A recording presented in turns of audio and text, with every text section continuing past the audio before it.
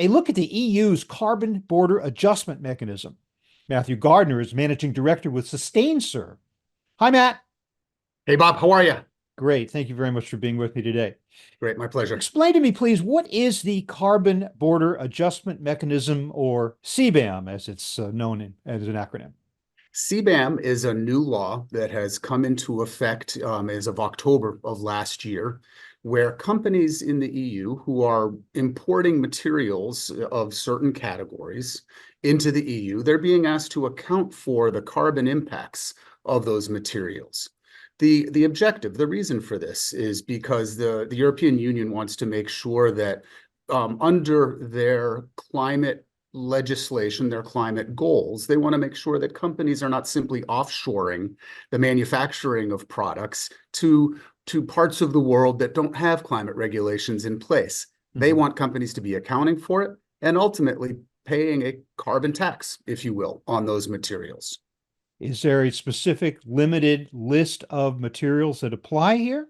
Yeah, right now it's limited to energy, to iron and steel, to cement, and a few other categories. The scope is currently limited to a few targeted areas that are known to be particularly carbon intensive. Mhm. And over time, though, that may expand. But for right now, it's a fairly confined list. But when you think about things like iron and steel, there's a fairly wide range of products that could fall under that category. And we're in fact seeing companies we work with getting swept up in this. These aren't Mhm. big steel smelting companies of sorts. They're companies who are simply importing materials or components made out of iron and steel. So this is just one of those examples of how certain legislations can sweep up all kinds of companies in So there. you say they're bringing them in as components as opposed to part of finished goods, or does Yeah. that count So as well? no, it can be part of that. It can be finished goods as well, but it's Mhm. also components. It could be, metal fasteners, for example. If you are a manufacturer of equipment that uses metal fasteners and you are importing these fasteners above a certain threshold, then you are going to be subject to these laws, and you need to be, in some cases, already reporting on the quantities and making some estimates about what the carbon impacts of the manufacturing of those components has been. Well, you say estimates. I mean, in order to make a regulation like this work, do we not have to be able to measure just how carbon intensive each of these goods are? How do you even measure that? That's a great question, Bob, and that's really gets to the nitty-gritty, the crux of the challenge for many companies. There's a field of study called life cycle analysis, which can range from high-level estimates to deeply academic studies on the carbon footprint of certain components. By knowing what the raw materials are, knowing what the manufacturing steps have been to make those products, and knowing details such as how those components, those items are transported from manufacturer to end user, you can build a model that will estimate what the sum total carbon impact has been. Mhm. Although, just in the words that I'm using, it's probably clear there's a lot of data that's required to be able to do that. And that's one of the impacts of this CBAM legislation, is that companies are coming to grip with the gaps in the data that they currently have available to them. And they need to be putting the pieces in place to be able to gather that information so that they can generate credible, more accurate estimations of what the carbon impacts of these components are. Does this dovetail with the classification of so-called scope 3 emissions, those emissions that are associated with those things from your supply chain over which you, as a buyer, have no direct control? You clearly have been reading your greenhouse gas protocol. Yes, absolutely. This is, category one of scope three, so-called purchased goods and services. Mhm. And so, companies, this is a component of a company's value chain emissions. And it's one, again, that the EU has zeroed in on because there are some very carbon intensive sectors of the economy that they want to make sure are being taken into account, and that those impacts are being measured and reported. I don't understand. So many companies say they have yet to get their arms around scope 3 emission reporting. So how can a law like this be in effect when companies maybe don't even know what the carbon emission level of those goods are? You're saying they can measure them, but are they actually measuring them, or is it an aspiration, or how far along are they in being able to make this determination? Yeah, I would use the term measurement carefully. I'm a scientist, Hmm. by training, and so you can measure some things, but these are estimations, Hmm. where you use databases that say, for example, if you're taking steel and machining it into a screw, let's say, you can make some estimations about how much energy that takes. You can then convert that energy usage into a greenhouse gas emission using databases that are out there. So it really is, I mean, scope three emissions, as you noted, I mean, almost by definition, those are estimations based upon benchmarks, proxy data, things like that. But Hmm. there are protocols. So for example, with CBAM, companies currently, until the end of the day tomorrow, can use what are called default values. These are emission factors. They're called conversions of amounts into greenhouse gases for certain materials. You can use these default emission factors to, or you have been able to use them to make these estimations. Moving forward, the expectation is that companies will be digging into their supply chain, interacting with suppliers and the manufacturers of these components, and then coming up with more detailed, more rigorous, more precise estimations for what the greenhouse gases are based upon supplier specific data. And Hmm. that's really where the rubber meets the road.